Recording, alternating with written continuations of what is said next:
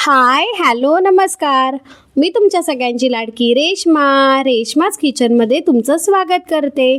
आज आपण आपल्या चॅनलवर श्रावण स्पेशल, आता श्रावण महिना बोललं की सणवार सुरू होतात, तर सणवारांसाठी गोडधोड हे बनवावंच लागतं.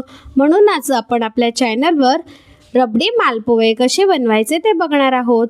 दूध आटवून आपण त्याची रबडी बनवणार आहोत आणि मालपोहे कसे बनवायचे ते मी दाखवते.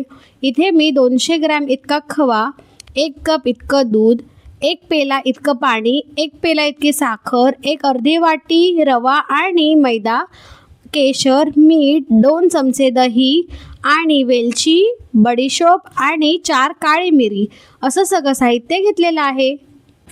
आता खवा, दही 2 चमचे जे घेतलं होतं ते, मैदा आणि रवा आणि दूध हे सगळं घालून मिश्रण आपण छान एक स्लरी बनवून घेणार आहोत, जी मीडियम कन्सिस्टन्सीची असेल. म्हणजे एकदम पातळही नको आणि एकदम घट्टही नको. याच्यामध्ये चवीसाठी थोडंसं मीठही घालवायचं आहे आणि छानपैकी एकदा मिक्स करून घ्यायचं आहे. आणि कन्सिस्टन्सी ॲडजस्ट करण्यासाठी दूध घालायचं आहे आणि पातळ ते मीडियम अशी कन्सिस्टन्सी बघा मी कशी केली आहे तशी करायची आहे. आणि याच्यामध्ये फ्लेवर देण्यासाठी मी वेलची, बडीशोप आणि काळी मिरी वापरली आहे. या 3 गोष्टी घालणं अत्यंत आवश्यक आहे.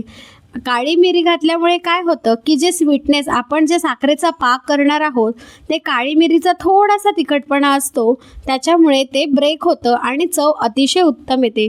आणि बडीशोपीचा फ्लेवर तर मालपोह्यांमध्ये खूपच छान लागतो. आता हे सगळं घालून छानपैकी मिक्स करून घ्यायचं आहे. आता आपण बनवणार आहोत चाचणी म्हणजे शुगर सिरप. आता जेवढी साखर घेतली आहे त्याच्यापेक्षा थोडंसं कमी पाणी घालायचं आहे आणि गॅसवर उकळायला ठेवायचं आहे. ह्याच्यासाठी फ्लेवरमध्ये मी वेलची आणि केशर घातलेलं आहे आणि 1 तारेचा पाक करून घेणार आहे.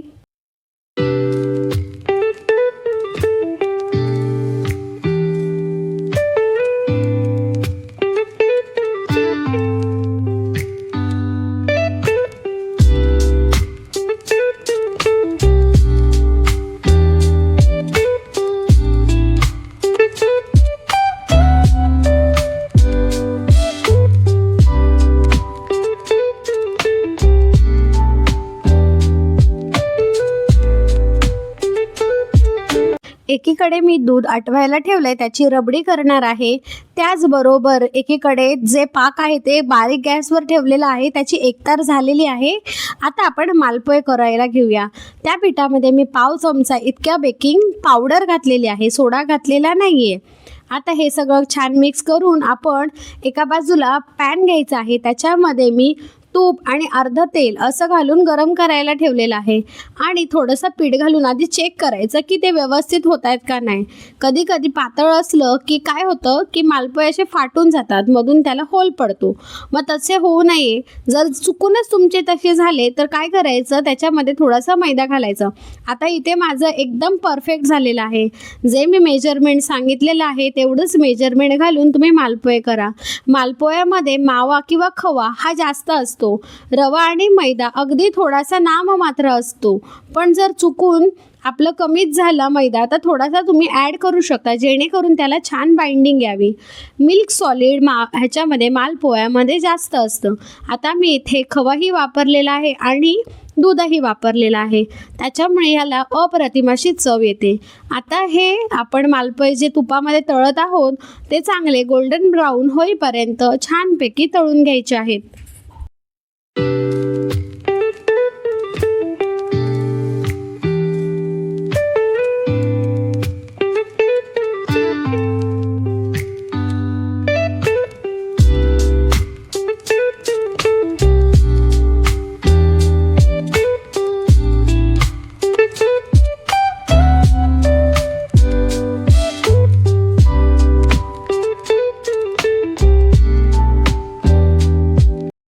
मालपोहे चांगले गोल्डन ब्राऊन झाले की एका झाऱ्यावर आपण काढून घेणार आहोत. त्यातलं तेल छानपैकी निथळून घेणार आहोत आणि मग शुगर सिरपमध्ये घालणार आहोत. शुगर सिरप हे गरमच असलं पाहिजे. गरम नसेल तर मालपोह्यांच्या आतपर्यंत शुगर सिरप जाणार नाही आणि त्याला गोडवा येणार नाही. मग शुगर सिरपमध्ये आपण 5 मिनटं बुडवून ते सुद्धा पुन्हा काढायचे आहेत झाऱ्यावर आणि रबडीसोबत सर्व करायचे आहेत. वरतून मी ड्रायफ्रूट आणि केशरनी त्याला गार्निश केलेलं आहे. त्याच्यामुळे ते खूपच सुंदर दिसत आहेत आणि खायला तर लाजवाब लागत आहेत.